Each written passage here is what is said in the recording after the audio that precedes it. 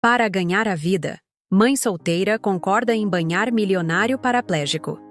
O que acontecerá vai te surpreender. Capítulo 1. O desespero de Clara. A chuva batia na janela do apartamento minúsculo onde Clara segurava o termômetro que marcava 39 Celsius. Lara, sua filha de 5 anos, tossia sem parar, os olhos vidrados na mãe como se perguntassem: por que dói tanto? A conta do hospital estava vencida, o despejo era em 3 dias e o único emprego que restava era aquele anúncio obscuro: cuidadora para banho diário, salário vitalício garantido. O endereço era uma mansão no morro, pertencente a Eduardo Marques, um milionário que perdera os movimentos após um acidente. Clara engoliu o orgulho. Para salvá-la, eu vendo a alma, sussurrou, apertando a mão quente da filha. Capítulo 2. O primeiro encontro. A porta da mansão abriu-se para um elevador dourado e um cheiro de desinfetante. Eduardo, sentado em uma cadeira de rodas de titânio, fitou-a com olhos gelados. «Tire a roupa», ordenou. Clara congelou. «Não é o que pensa». Ele riu, apontando para o jaleco esterilizado. «Você me banhará, cada centímetro, sem piedade». As mãos dela tremeram ao esfregar a esponja em seu torso marcado por cicatrizes. Ele não piscava, mas sua respiração acelerou quando ela lavou o braço direito, onde uma tatuagem desbotada dizia Lúcia, o nome da mãe de Clara. Capítulo 3. Segredos na água. Nas semanas seguintes, Clara descobriu que Eduardo colecionava relógios quebrados e lia O Apanhador no campo de centeio em voz alta. Uma noite, ele a interrompeu. Sabe por que contrato estranhos? Antes que respondesse, um grito ecoou no corredor. Era Lara, trazida secretamente pela governanta. Mamãe, ele é o homem das fotos da vovó. A menina apontou para um retrato, na parede. Eduardo empalideceu. A imagem mostrava ele e Lúcia, grávida, em frente a um carro esportivo, o mesmo que explodira no acidente. Capítulo 4. O passado revisitado. Sua mãe morreu por minha culpa, Eduardo confessou, os dedos contraindo-se. Involuntariamente. Ele e Lúcia eram amantes. Ele a abandonara grávida para casar com uma herdeira. O acidente fora uma tentativa de suicídio após a traição ser descoberta. Sou seu pai, Clara. Ele admitiu, mostrando um teste de DNA antigo. Ela recuou, enojada, mas Lara tocou sua mão. Ele quer nos ajudar agora, mamãe. O milionário oferecera o salário vitalício não por caridade, mas por remorso. Capítulo 5. O jogo final. Na véspera da cirurgia de Lara, Eduardo revelou seu plano. Meus rins são compatíveis com os dela. Quando eu morrer, ela sobreviverá. Clara se recusou. Não quero sua morte. Ele sorriu triste. Já estou morrendo. Câncer. Naquela noite, enquanto o banhava, ela viu as feridas da doença sob sua pele pálida. Por que fez tudo isso? Ela chorou. Porque você me ensinou a sentir algo além de ódio. Ele sussurrou, segurando sua mão pela primeira vez. Capítulo 6. O clímax na escuridão. A madrugada trouxe sirenes. Eduardo havia sumido. Clara correu para o sótão, onde o encontrou com uma seringa na mão. É insulina suficiente para não sofrer, explicou. Ela lutou com ele e a cadeira de rodas tombou, quebrando um vaso de vidro. Entre os cacos, havia uma carta. Doarei tudo para Lara. Ela é minha redenção. Fora dali, descobriram que o câncer era mentira. Eduardo só queria garantir que Clara aceitasse a herança sem resistência. Capítulo 7. A verdade por trás. Do dinheiro. No hospital, Lara recebeu o transplante de um doador anônimo. Enquanto aguardava, Clara encontrou um diário escondido na mansão. Nas páginas, Eduardo descrevia seu plano para salvar a neta desde o dia em que descobrira sua existência. Não mereço perdão, mas elas merecem viver, escrevera. A governanta revelou que ele pagara todas as contas de Clara por anos, observando-a de longe. Tinha medo de que você o odiasse, como ele odiava a si mesmo. Capítulo 8. O último. Banho Eduardo sobreviveu à overdose, mas estava irreconhecível. Clara, sentada à beira da banheira, lavou seu rosto enrugado. "Por que não me contou?" perguntou. "Queria que você me visse como um monstro. Assim seria mais fácil quando eu partisse." Ela apertou sua mão, e ele chorou pela primeira vez em décadas. "Você não é um monstro. É meu pai." Naquela noite, ele morreu em paz, seu último suspiro acompanhado pelo som de Lara rindo no quarto ao lado. Capítulo 9. O legado de Eduardo. 1 ano depois, Clara abriu um abrigo para mães solteiras com o dinheiro da herança. Na inauguração, Lara colocou flores diante de um retrato de Eduardo. "Ele está vendo, mamãe?" perguntou. Clara olhou para o céu, onde uma estrela cintilou fraco. "Sim, querida. Ele finalmente se perdoou." Enquanto a multidão aplaudia, uma carta chegou. Dentro, um relógio parado marcando a hora exata do nascimento de Clara. Na parte de trás, uma inscrição. Para recomeços. Eduardo não era o vilão egoísta que parecia.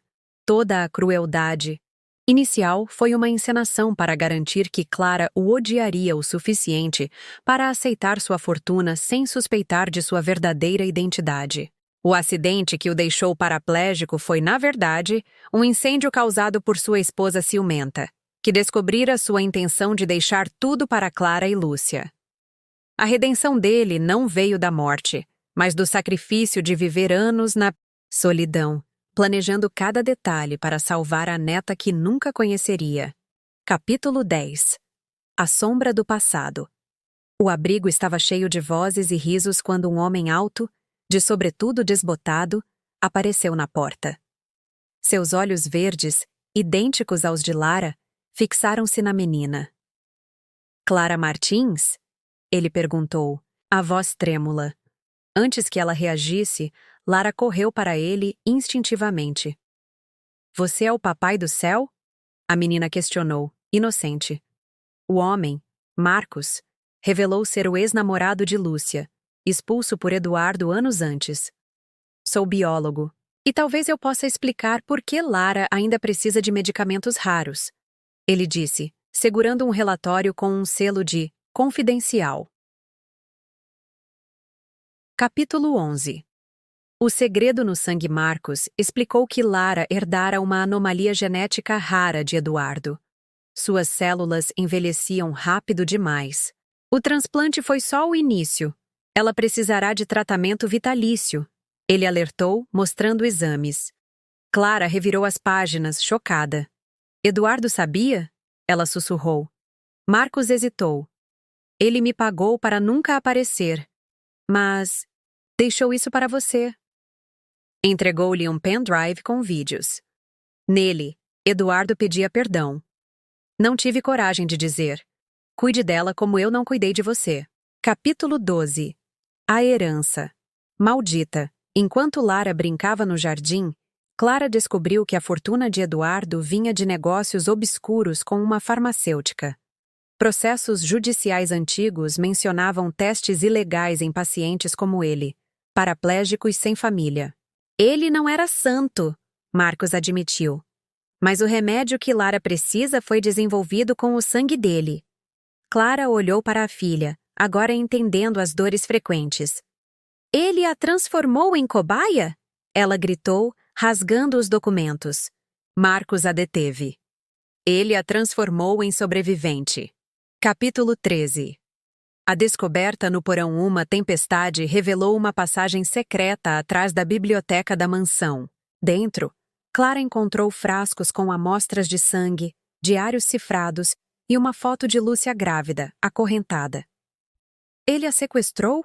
ela pensou nauseada. Mas ao decifrar o código, descobriu a verdade. Lúcia fugira para proteger Clara, da esposa de Eduardo que a perseguia. As correntes eram para mantê-la escondida, não prisioneira. No último diário, Eduardo escrevera: "Perdi Lúcia por covardia. Não perderei Clara por erro igual." Capítulo 14.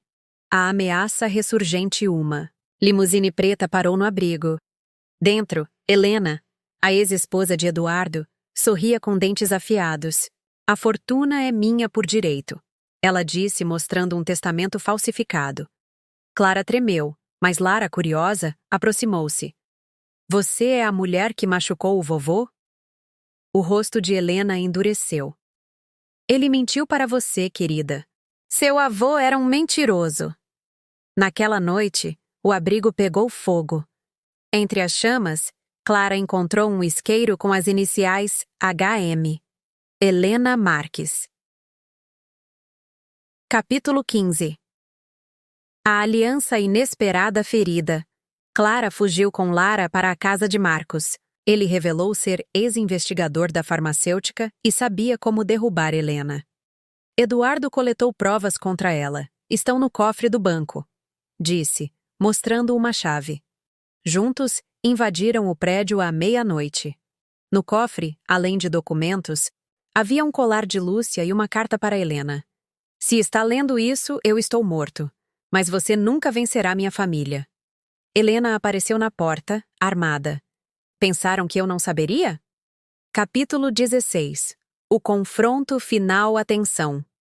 Explodiu quando Helena apontou a arma para Lara. "Eduardo me trocou por uma serva!" Ela urrou. Clara, em desespero, lembrou-se das palavras do pai. "Às vezes, o amor é uma arma." Jogou o colar de Lúcia no chão. Helena hesitou. Era idêntico ao que ela usara no casamento. Naquela fração de segundo, Marcos a imobilizou. A polícia chegou, mas Lara desmaiou, o coração fraquejando. "Ela precisa de uma transfusão!" Clara gritou. Marcos revelou o último segredo. "Meu sangue é compatível. Sou irmão de Eduardo." Capítulo 17. O laço de sangue enquanto. Lara recebia a transfusão. Clara confrontou Marcos. "Irmão? Como?" Ele explicou que Eduardo era filho de um affair de seu pai, criado em segredo. "Por isso ele odiava a família. E por isso meu sangue salva Lara." Clara agarrou sua mão, percebendo que a vida dela sempre fora tecida por segredos alheios. "E agora?" perguntou. Marcos sorriu. "Agora você escreve sua própria história." No leito, Lara abriu os olhos.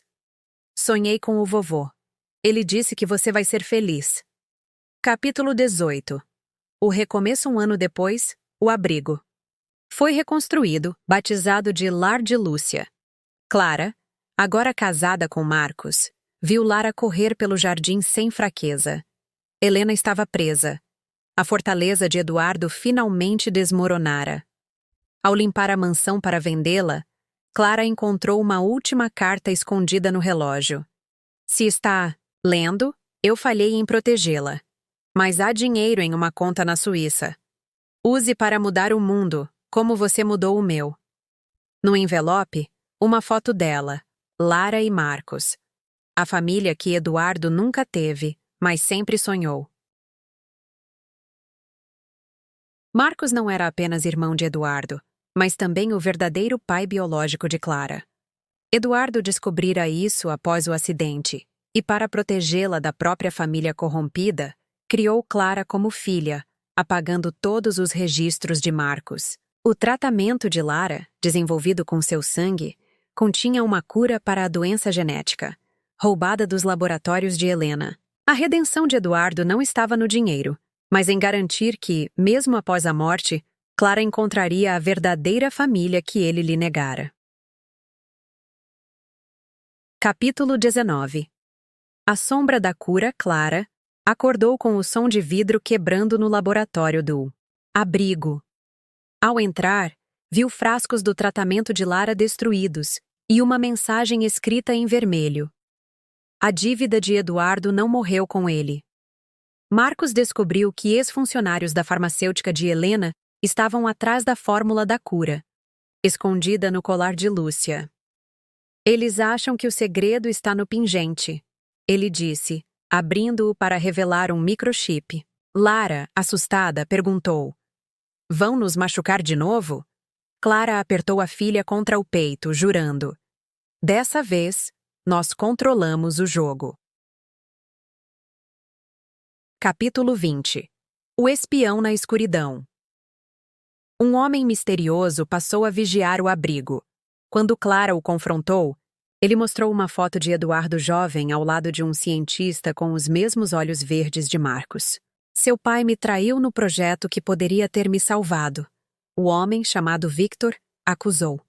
Ele era um dos paraplégicos usados como cobaias e queria a fórmula para curar sua própria condição. Ou me ajuda ou conto ao mundo que Lara é um experimento, ameaçou. Clara hesitou. Ajudar um estranho ou arriscar expor a filha? Capítulo 21. O laboratório secreto.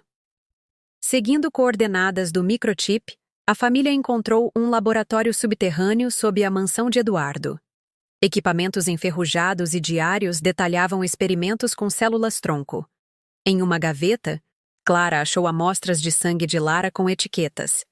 Resistência 98%. Sucesso. Marcos leu um relatório. A cura foi projetada para se autorreplicar. Lara não precisa mais de doses. Victor surgiu atrás deles. Então ela é a chave? Antes que reagissem, ele injetou algo em Lara. Agora ela é a chave de todos nós. Riu. Capítulo 22. A febre do segredo. Lara começou a ter convulsões, sua temperatura disparando. No hospital, médicos não identificaram a substância injetada, mas Marcos suspeitou. Ele usou um vírus para ativar a cura nela e se espalhar pelo ar. Clara, desesperada, deitou ao lado da filha enquanto manchas vermelhas surgiam em sua pele. Você vai mudar o mundo, querida. Victor sussurrou escondido na janela. Marcos o encurralou no estacionamento, mas Victor mostrou uma cicatriz no pescoço. Eduardo me deixou assim. É minha vez de herdar. Capítulo 23. A troca. Victor exigiu a fórmula em troca do antídoto. Clara ofereceu-se como refém. Leve-me ao lugar onde Eduardo te machucou. Ele a levou a um asilo abandonado, onde cadeiras de rodas oxidadas enchiam. Corredores. Ele me deixou aqui para morrer, Victor disse, revelando fotos de crianças com a mesma condição de Lara. A cura é deles também, Clara percebeu. Enquanto Victor distraía-se, ela quebrou um frasco de gás sedativo e escapuliu. Mas não antes de ouvi-lo gritar: Você é igual a ele! Capítulo 24. A mutação. De volta ao hospital, Lara acordou com os olhos brilhando como os de Eduardo. Consigo sentir tudo, até o coração da mamãe, ela sussurrou. Testes revelaram que seu DNA agora regenerava células danificadas. Victor, preso, confessou. O vírus era uma ponte. Ela é a cura ambulante. Marcos olhou para Clara, assustado. Se isso vazar, virarão ela em um produto. Decidiram sumir, mas ao saírem, repórteres cercavam o hospital. Alguém vazou os dados. A primeira pedra atingiu Lara na testa. Por que me odeiam? Ela chorou. Capítulo 25. A fuga. A família fugiu para uma cabana nos Alpes suíços, usando o dinheiro da conta secreta. Enquanto Lara aprendia a controlar sua habilidade, curando animais feridos, Clara encontrou um diário de Eduardo na mala. Se a cura cair em mãos erradas, destrua tudo. Mas se for Lara, deixe-a brilhar. Uma noite, homens armados invadiram a cabana. A indústria farmacêutica não morre tão fácil, o líder disse. Clara, encurralada, deu a Lara uma faca. Se precisar, corra. A menina tocou o chão, e raízes brotaram, enforcando os invasores. Capítulo 26. O sacrifício de Marcos ferido na invasão. Marcos revelou ter herdado o câncer de Eduardo. O tempo me deu anos extras, mas agora... Clara implorou que Lara o curasse, mas ele recusou. Ela não pode carregar o peso de ser Deus. Em seus últimos momentos, Marcos sussurrou. Eduardo me fez jurar protegê-las, mas eu queria ser mais que um irmão. Queria ser seu pai. Lara, ao beijar sua testa, involuntariamente transferiu parte da cura. Marcos sobreviveu, mas envelheceu 20 anos em segundos. Você me deu uma filha, ele chorou, segurando Lara. Capítulo 27. A ascensão de Lara. A notícia do anjo curador espalhou-se. Pessoas doentes acamparam aos pés dos Alpes. Lara, agora com 12 anos, decidiu. Vou ajudá-los. Clara construiu uma clínica improvisada, enquanto Marcos e Victor, agredido pelo remorso, filtravam os verdadeiros necessitados. Entre os pacientes, estava Helena, cancerosa e abandonada. Me cure e eu conto onde está o resto do dinheiro. Ela barganhou. Lara tocou sua mão. O perdão é a única cura que posso dar. Helena morreu em paz, e Lara entendeu. Seu poder era tão mortal quanto vital. Capítulo 28. O legado das cicatrizes. Anos depois, Clara visitou o túmulo de Eduardo. Lara tem sua teimosia. Sorriu, deixando cair uma rosa branca. A filha, agora, uma jovem cientista, lançara uma versão controlada da cura, usando o DNA de Eduardo. No Congresso Mundial, Lara declarou: a medicina não é um segredo, é um direito. Na plateia, Victor aplaudiu com mãos trêmulas, suas pernas agora respondendo a estímulos. Ao fundo, Marcos observava, orgulhoso, enquanto sussurrava ao vento. Cumpri minha promessa, irmão. Lara nunca foi curada. O poder era uma ilusão criada por Marcos, que injetou nela nanorobôs desenvolvidos por Eduardo para simular curas, enquanto ele e Victor trabalhavam nos bastidores com remédios tradicionais. Tudo foi um plano para atrair os inimigos e destruí-los com sua própria ganância. A verdade só foi revelada quando Lara, já adulta, encontrou os arquivos de Eduardo. Às vezes, a esperança é a melhor arma. Ela escolheu guardar o segredo, pois, como Eduardo, entendera que alguns mitos salvam mais que a verdade.